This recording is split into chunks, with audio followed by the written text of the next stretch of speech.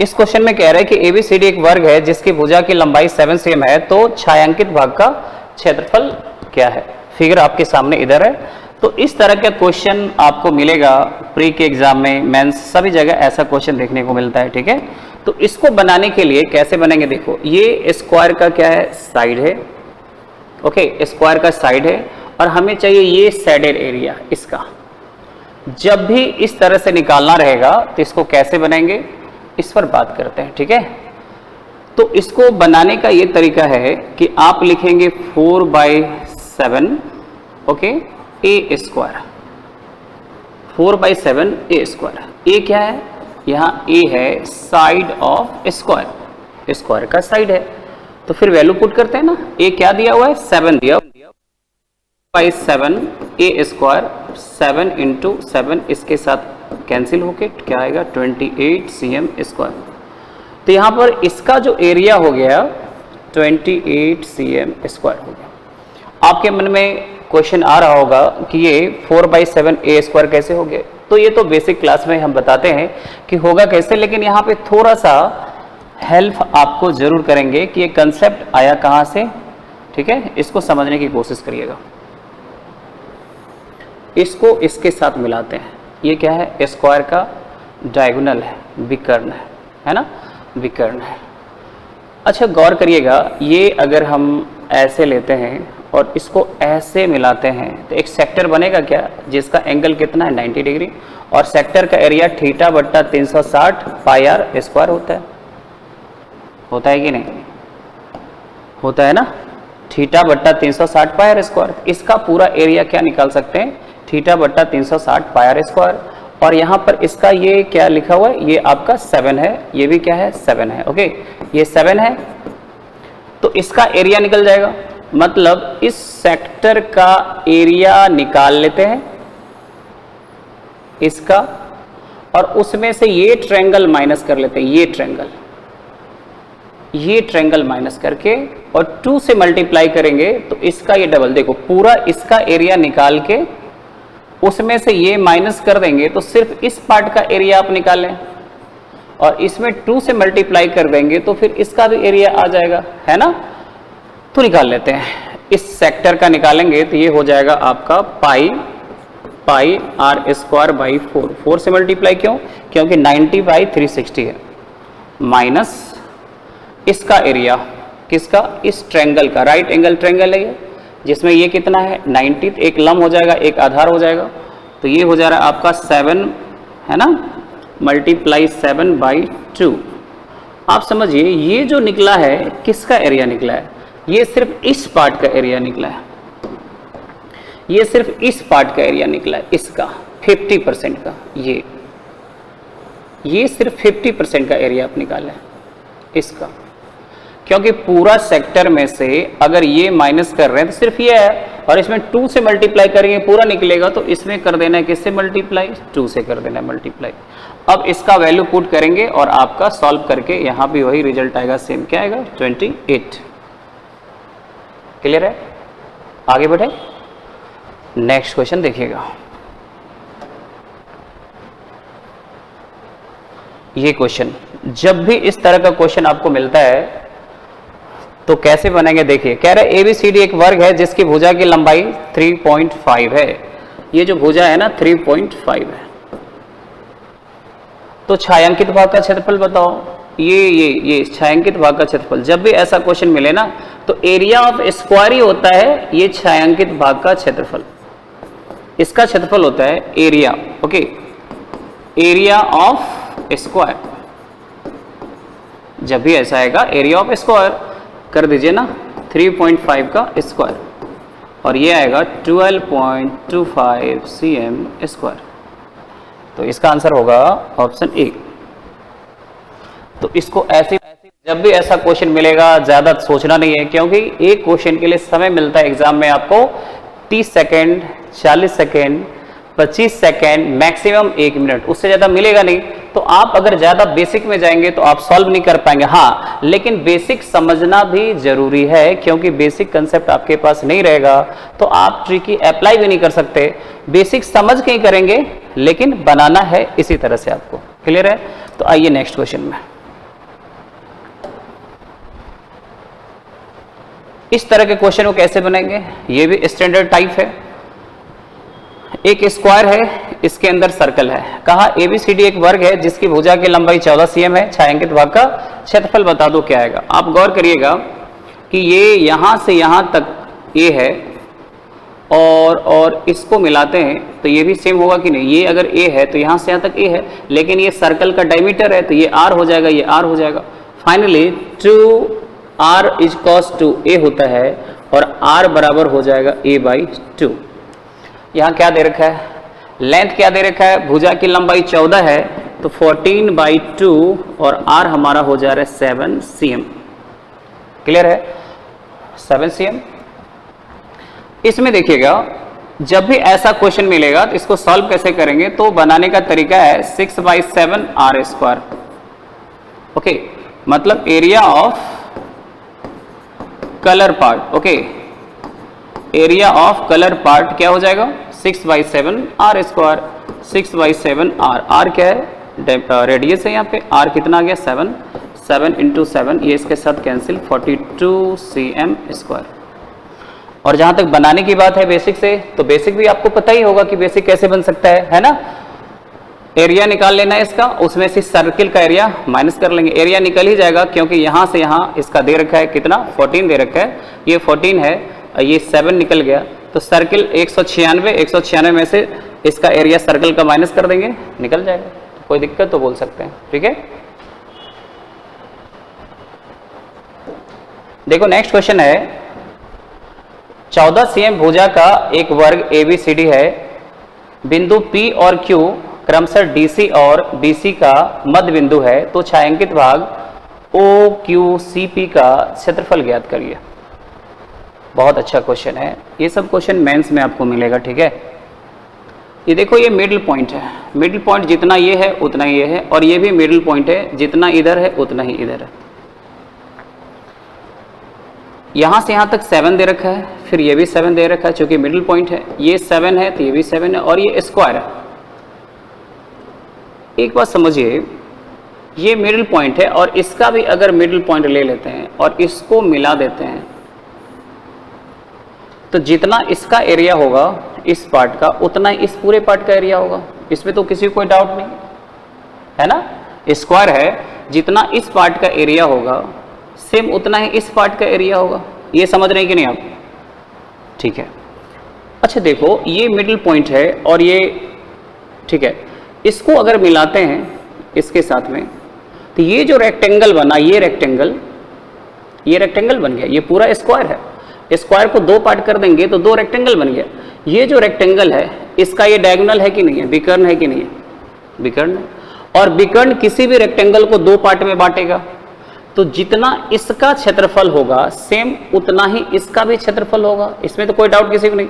तो पूरा जो एरिया है उसका ये हाफ हो गया एरिया और ये हाफ हो गया, और ये जो हाफ है इस हाफ का भी हाफ हो गया। तो इसे हम क्या सोच सकते हैं, क्या कह सकते हैं कि area of ABCD, area of ABCD by 4 area of CQD, ऐसा हो जाएगा। मतलब area of triangle CQD, okay, CQD बराबर हो जाएगा area of square, okay, area of square ABCD। 1/4 होगा कि नहीं, क्योंकि ये तो आधा हो गया ना, और फिर आधा का ये आधा, तो मतलब इसका जो एरिया होगा 1/4 होगा। तो क्या करना है ना, इसमें किससे भाग दे देंगे, 4 से।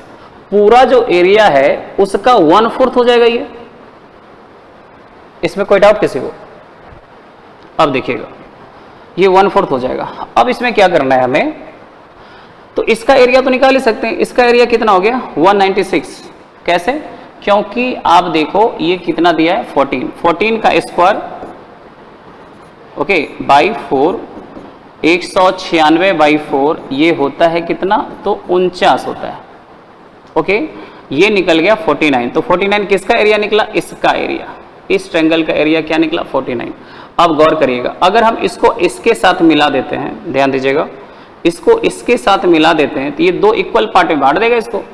तो हुआ ये क्या, ये एरिया ये एरिया सारे इक्वल हो गए, मतलब इस ट्रायंगल में जितना ये एरिया है सेम उतना ही ये है और सेम उतना ही ये है। और इसका एरिया आपको पता है एक एक एक 3 पार्ट, मतलब 3 बराबर क्या हो जा रहा है, एरिया कितना है 49। तो एक बराबर 49/3।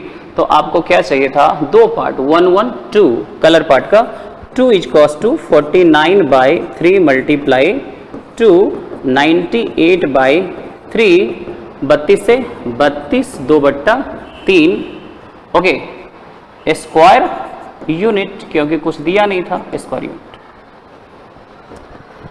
बताइए कोई दिक्कत है समझने में? कुछ दिक्कत है तो पूछ सकते हैं, ओके। इस क्वेश्चन में देखिए दिए गए आंकड़े में A B C D E F G 2 वर्ग है, एक वृत्त क्रमशः डी बी और एफ से होकर गुजरता है, तो वृत्त की त्रिज्या 8 cm दिया है, तो दोनों वर्गों के क्षेत्रफलों का योग कितना है। यहां पर देखेंगे ये जो सर्कल है इसका जो रेडियस है वो 8 दिया और 2 स्क्वायर है, एक ये स्क्वायर और एक ये स्क्वायर, इसका क्या निकालना है हमें, क्षेत्रफल निकालना है। दोनों स्क्वायर के क्षेत्रफल का सम पूछ रहा है आपसे, ओके। दोनों वर्गों के क्षेत्रफलों का योग निकालना है। तो देखो वो कैसे सकता है, इसको कैसे निकाल सकते हैं, अगर इसको इसके साथ मिलाते हैं यहां पर, तो ये स्क्वायर का क्या निकला, स्क्वायर का डायगोनल निकल गया, विकर्ण निकल गया। अच्छा एक बात, अगर इसको इसके साथ मिलाते हैं तो ये 45 होगा क्या, क्योंकि स्क्वायर है, और ये भी क्या आएगा 45 आएगा, किसी को कोई डाउट नहीं, 45 आएगा, 2 पार्ट में करेगा। और इसको इसके साथ मिलाते हैं तो ये भी तो एक स्क्वायर है, तो ये भी 45 और ये भी 45 होगा कि नहीं। और फिर इसको ऐसे मिलाओ इसके साथ में, तो गौर से देखिएगा ये क्या बन गया आपका, एक ट्रायंगल बन गया, और ये ट्रायंगल होता है राइट एंगल ट्रायंगल। कैसे, तो ये 45 और ये एक स्क्वायर है, ध्यान से देखना है, स्क्वायर है और इसको डायगोनल इससे मिलाया तो ये भी 45, तो 45 एंड 45 ये 90, और 90 के सामने क्या होता है, हाइपोटेनस होता है। किसी भी सर्कल में देखो ये सर्कल है, ये सर्कल में इसको ऐसे मिला के ऐसे, अगर ये एंगल 90 बन रहा है, ये 90 बन रहा है, तो ये ट्रायंगल का ये तो हाइपोटेनस ही होता है ना, कर्व नहीं होता है ना 90 के सामने, तो ये बन गया हाइपोटेनस, ये होता है हाइपोटेनस, ओके, इसमें कोई दिक्कत नहीं। और एक बात और समझना है कि अगर यहां पर ये 90 बन गया तो ये जो लाइन होगा, ये लाइन जो होगा डायमीटर ही होगा, सेंटर से ही क्रॉस करेगा तभी यहां 90 बनेगा, नहीं तो नहीं बनेगा। तो अगर यहां 90 है तो ये डायमीटर होगा, और सर्कल का रेडियस 8 है तो डायमीटर कितना होगा 16, तो ये जो है ये 16 हो गया। इसमें तो कोई प्रॉब्लम किसी को नहीं, क्योंकि ये 8 है तो पूरा 16 होगा, क्योंकि यहाँ 90 तो डायमीटर ही होगा, ये 16 हो गया।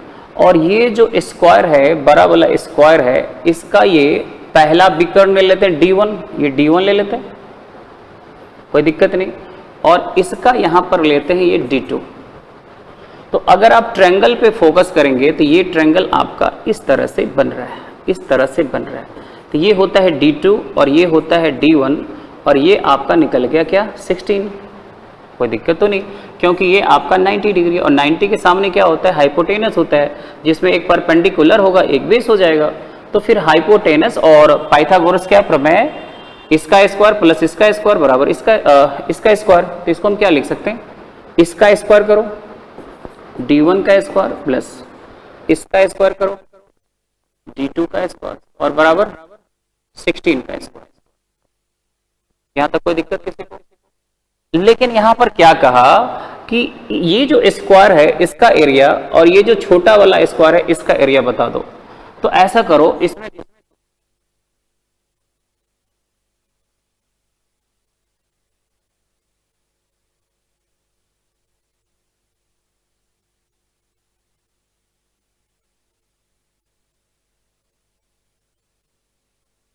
था निकालने के लिए कि दोनों स्क्वायर के क्षेत्रफलों का योग बताओ, और दोनों स्क्वायर के क्षेत्रफलों का योग 128 आएगा, और इसका आंसर हमारा क्या आ गया 128। समझिएगा, आप एक कंसेप्ट पढ़ें, शायद आप भूल रहे हैं। कंसेप्ट क्या पढ़ें कि विकर्ण का स्क्वायर बाई 2 भी एरिया होता है। ओके, किसका? स्क्वायर का। स्क्वायर का एरिया होता है विकर्ण का स्क्वायर बाई 2। याद नहीं है क्या? अगर विकर्ण √2a है और इसका स्क्वायर में 2 से भाग देते हैं तो 2 तो क्या आएगा? रूट हटेगा, 2a स्क्वायर बाई 2 नहीं होगा और कैंसिल होगा तो फिर a स्क्वायर होगा। तो स्क्वायर का जो डायगोनल होता है ना उसका स्क्वायर करके 2 से डिवाइड करते हैं तो एरिया निकलता है। तो इस स्क्वायर का जो डायगोनल d1 है तो d1 का स्क्वायर बाई 2 करेंगे तो ये निकलेगा इस स्क्वायर का एरिया, और इसका जो डायगोनल है d2 है तो d2 का स्क्वायर बाई 2 करके इसका निकलेगा। दोनों का तो सम पूछ रहा था, 128 आएगा। उम्मीद है कि अब आप इसे अच्छे से समझ गए होंगे। ठीक है, तो देखिएगा नेक्स्ट क्वेश्चन। अब बहुत ही शानदार क्वेश्चन है। कहा दिए गए चित्र में PM PQ का 1/4 है। ये जो PM है पूरा PQ का 1/4 है। मतलब क्या कि अगर यहाँ से यहाँ तक पूरा 4 है तो ये 1 हो जाएगा, तो फिर ये पूरा 4 था तो ये 3 आएगा। ध्यान से देखिएगा क्या बोला, PM PQ का 1/4 है। PM जो है वो PQ का 1/4 है, मतलब अगर ये 4 है तो ये क्या आएगा? 1 आएगा। फिर नेक्स्ट कहा PN, ये जो PN है वो NS का 3/5 है, तो ये 3 होगा, ये 5 होगा। दोनों को इक्वेट नहीं करना, यहाँ कुछ और कहा। यहाँ क्या कहा? PM PQ का, लेकिन यहाँ पर कहा कि PN NS का। अगर ये पूरा 5 है तो ये 3 होगा। क्लियर है? दोनों अलग अलग है। उसके बाद फिर कह रहा है ये एरिया आपको दे रखा है, बीच वाला जो है ये दिया हुआ है, इसका एरिया दे दिया है कितना? देख लीजिए, इसका एरिया दिया है 12.5। तो पूरे रेक्टेंगल का एरिया आपसे पूछ रहा है, तो पूरे रेक्टेंगल का एरिया आप कैसे निकालिएगा? देखो, ये साइड पर इसका रेशियो कितना है? 5, और इसका रेशियो 3 है। तो इसके सामने इधर आते हैं, इसका जो एरिया होगा इसके सामने ये, इसका जो एरिया होगा ये 5 ही होगा, मतलब एरिया का रेशियो 5 आएगा। अच्छा, एक काम और कर सकते हैं, यहाँ पर इसको ऐसे मिला लेते हैं। ध्यान दीजिएगा, अगर आप इसको मिला लेते हैं इसके साथ में तो ये रेक्टेंगल का ये डायगोनल हो गया। तो इस पार्ट का जो एरिया है और इस पार्ट का जो एरिया है वो दोनों तो इक्वल ही होगा, क्योंकि रेक्टेंगल है, रेक्टेंगल का ये एरिया और ये एरिया दोनों सेम होगा, क्योंकि डायगोनल 2 पार्ट में इसको डिवाइड कर दिया है। तो है क्या? इसका एरिया और इसका एरिया इक्वल है। यहाँ रेशियो में 5 है और यहाँ 5 है, और अगर ये 3 है तो यहाँ भी क्या आएगा? एरिया, इसका भी एरिया 3 ही आएगा, क्योंकि साइड जिस रेशियो में डिवाइड होता है उस साइड पर बने ट्रायंगल भी का एरिया भी उसी रेशियो में डिवाइड होता है। तो इसका 5 है तो इसका 3 हो गया, लेकिन इसका एरिया आप जो देख रहे हैं PQS का एरिया और PRQ का एरिया दोनों इक्वल होना चाहिए। तो यहाँ तो हो रहा है 3 और 5 मिलके 8, लेकिन इधर हो रहा है अगर ये 1 लेंगे और ये 3 लेंगे तो ये तो 4 आधा हो जा रहा है, जबकि सेम करना होगा। तो कहीं भी रेशियो अगर मुझे मिला हुआ है 1:3, तो क्या इसको 2:6 आप नहीं लिख सकते? लिख सकते, एक ही बात है। तो इसमें 2 से मल्टीप्लाई करना है और यहाँ भी 2 से करना है, तो ये एरिया हो जाएगा एरिया 2 और इसका ये एरिया हो जाएगा 6। अब देखेंगे कि इस डायगोनल के इधर भी एरिया हो गया 5 3 8 और इधर भी हो गया 8, और आपको एरिया दे रखा है 2 और 3 5, जो कलर वाला एरिया है वो दे रखा है 5, मतलब 5 हो जा रहा है 2 + 3। ओके, 2 + 3 5, 5 किसके बराबर है? 12.5 जो पहले से दे रखा है। 1 हो जा रहा है 2.5, तो मुझे चाहिए क्या? मुझे होल का एरिया चाहिए। ये 5 3 8 और 6 2 8, 8 चाहिए था। ओके, सॉरी 8 8 16 हो जाएगा आपका, 16 चाहिए। तो 16 × 2.5 = 40 cm²। क्लियर है? समझ में कम आ रहा है, इस वीडियो को एक बार और रिपीट करके आप देख लीजिएगा, बहुत ही बेहतरीन क्वेश्चन है। ये सब मेंस का क्वेश्चन है, सीजीएल मेंस, और फिर आपको इस तरह के क्वेश्चन सीडीएस के एग्जाम में मिलेंगे। क्वेश्चन में कहा दिए गए चित्र में दो आयत है एबीसीडी और DEBG, प्रत्येक की लंबाई और चौड़ाई दे रखा है, प्रत्येक की लंबाई चौड़ाई दे रखा। कहा इसकी ये जो लंबाई है वो अगर 7 है तो ये भी क्या है 7 है, दोनों सेम है, यहाँ से यहाँ तक 7 है तो ये भी 7 है। अगर इसकी चौड़ाई 3 है तो इसकी भी चौड़ाई क्या है 3 है, ये दे रखा है।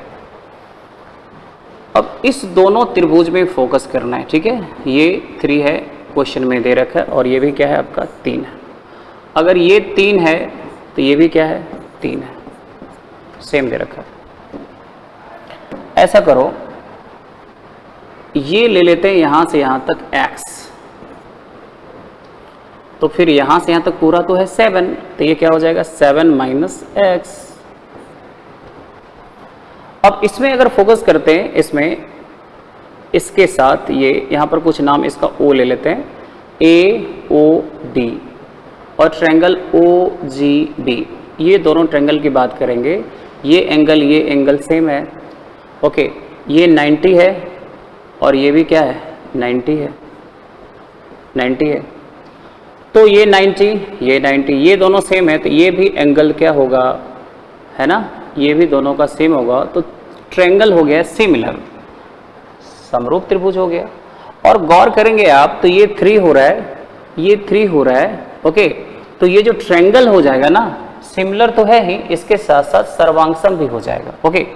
अब सर्वांगसम अगर हो गया तो हुआ क्या कि इसके ये तो 3 है और ये 7 माइनस एक्स है, तो इसके सामने यहां पर भी हो जाएगा x, ये 90 के सामने यहां पर x है, ओके। और इसके सामने ये भी हो जाएगा 7 माइनस एक्स, क्लियर है। अब हमें क्या चाहिए, x चाहिए। इसमें अगर x पता चल गया इस पैरेललोग्राम में, समानांतर चतुर्भुज में, तो आधार पता चल गया, क्योंकि ये भी है ना, जो आधार समानांतर भुजा है ये और बराबर भी है। अगर आधार पता चल गया और ऊंचाई तो पता ही है कितना 3, तो फिर आसानी से इसका एरिया आप निकाल सकते हैं। तो कैसे निकलेगा इसका एरिया, देखते हैं। x निकालना है आपको, ये 3 है, ये 7 माइनस एक्स है और ये x है, तो क्या करेंगे 3 का स्क्वायर, लंब स्क्वायर, जो आधार स्क्वायर और ये कर्ण का स्क्वायर, 7 माइनस एक्स का स्क्वायर और बराबर हो जाएगा इधर एक्स स्क्वायर। ये 9 plus 49 plus x square minus 14x equals to x square, ये इसके साथ कैंसिल होगा।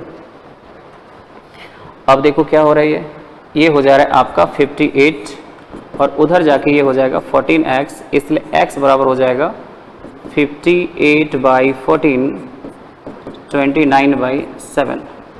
देखो ये जो समानांतर चतुर्भुज है जिसमें ये निकल चुका है, एक साइड आपका x निकल गया और ऊंचाई क्या है इसका 3 है, तो एरिया निकाल लेते हैं। एरिया क्या हो जाएगा, एरिया बराबर ये निकल चुका है 29/7 मल्टीप्लाई 3 और ये हो जाएगा 29 गुना 3, कितना कर सकते हैं आप 87, 87/7 कितना आ जाएगा, 7 से भाग देंगे 12 तो आना ही है, 12 पॉइंट समथिंग, और 12 पॉइंट समथिंग एक ही ऑप्शन है आपका, क्या है ऑप्शन नंबर डी। समझने में कोई प्रॉब्लम तो बोल सकते हैं, ठीक है।